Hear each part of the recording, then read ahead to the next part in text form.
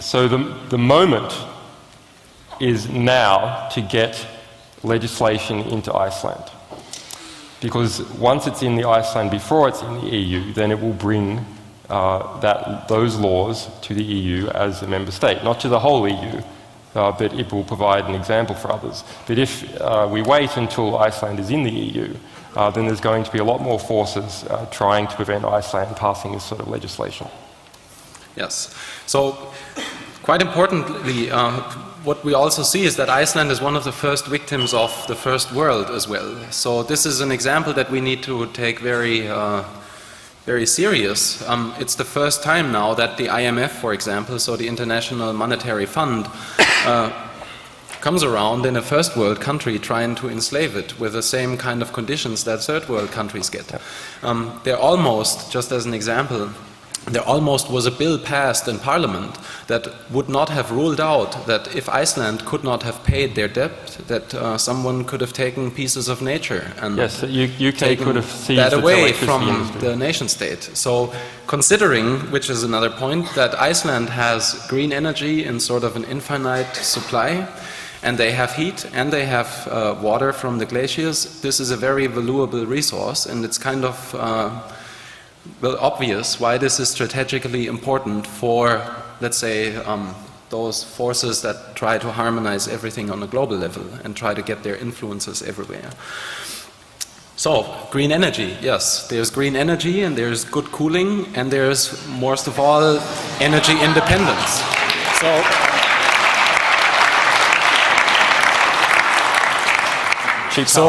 Yes, and cheap power. So right now there's an aluminium smelter run in Iceland by a US company, and no one in Iceland, not a single person, wants that damn aluminium smelter. It's industry that does not belong in this beautiful green country. So they would certainly be willing to give the same kind of cheap energy to data centers that do not produce the same byproducts, but actually provide an example to the rest of the world that we can do it in a meaningful way, saving energy with skinless servers and good cooling and everything that is state of the art these days. So it could become a model state for the rest of the world. And in a snapshot, what we find out the more we think about it is that a lot of pieces come together. Whether this is that Iceland has a very large public involvement in the whole political debate at the moment, so it's different from here. A lot of people really are interested in what is going on. There's a large momentum, and we think that the global community by now starts to understand why their information has to be free and why we need to take more radical measures to fight against those people trying to suppress it. So what we hope for,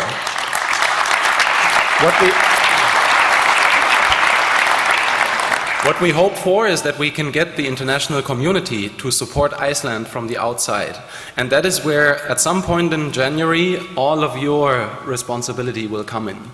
Because you will have to tell everyone in Iceland that they are doing a great thing there.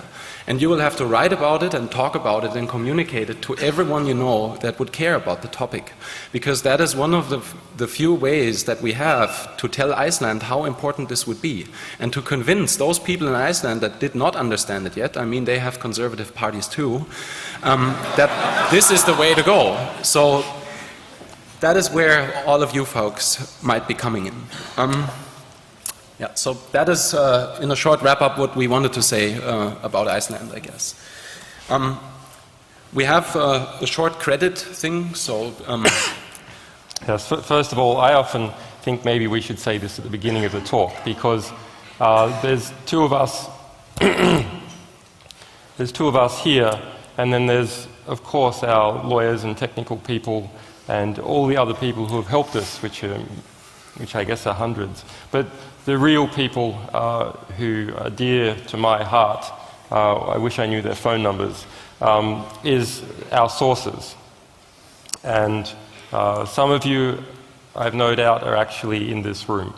And I just want to say that you people are great and make me believe in humanity when I see some of you people actually doing something worthwhile, spending a bit of energy and not being fearful. And may there be many more of you. and may we never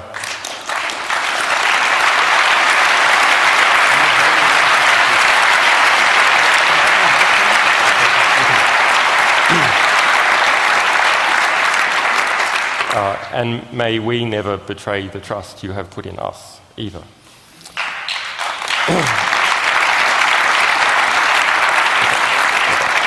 Okay, so also, believe it or not, we want to thank the mainstream press. I know this must seem an anathema to some of you, but actually the people who do most of the reporting work and writing up of our material are mainstream journalists. They are professional people. Of course, we all know the debaucheries and depravities of the mainstream press, but working within that milieu, there are some very, very good people, and I wish we knew how to fund them. Yes. Yeah. So besides that, we have a lot of people that are supporting us, whether this is technically or financially, or the legal support we receive from all those great lawyers out there, believe it or not. They're doing very important work, and without all these people it would not be possible. Let's say 2009 has brought some light also on what would not be possible for us and other groups in Germany maybe, and this is why we'd like to thank our supporter Morphium, who is sitting in the first row here. If you want, you can stand up, and I hope everyone gives you a hand. This is a young man, and the only thing I can say,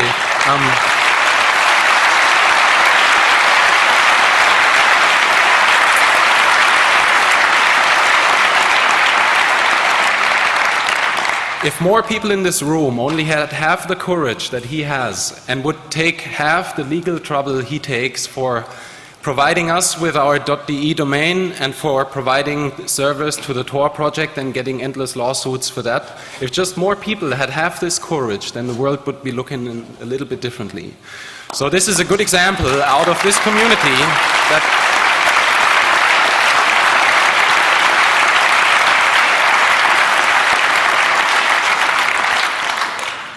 so the question is courage contagious?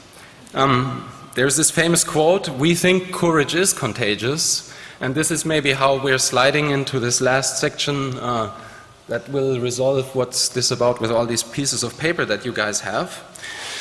As I said, or as we said, we've been to Iceland recently, and we met this guy who was approaching us, and we were thinking like, what the hell is there a Taliban guy here in Iceland? As usual, we try to get the full picture, and it started looking like this, and we realized that he's just part of the Santa Claus gang. And they had come to Iceland because they heard we were there. They are just from the North Pole, and they're pretty close around. And they gave us a report. It's the Christmas 2010 forecast, and the report is the People Performance Matrix. And this is the forecast that is being, it's classified as secret, Xmas confidential, and only for North Pole distribution. So it contains a list of people that it's embargoed until next, also that is important, it's embargoed until December 27th in 2010, so the next year here at this Congress. And what it says is that your Xmas reward is at stake for next year because too many people are not living up to their abilities. So these people were really, really concerned about this, and they said that so many people have all this potential and they're not using it, and they're not doing enough to fight what is happening from people that are trying to take away our liberties. So that they wanted to leak this report. So we negotiated a little bit, and we found a solution, which is that you guys in this audience here, everyone who's here is kind of lucky because you can get off the list. So in 2010, we will disclose a list of around 800 numbers that have not fulfilled their, or have not performed. Everyone who has a piece of paper has a unique number on this piece of paper. We started a while ago, we started to give out tokens in form of a hashtag to people that are supporting us. So whoever will be doing something very useful within the year 2010 can receive such a token and trade in the token with his number to get off the list.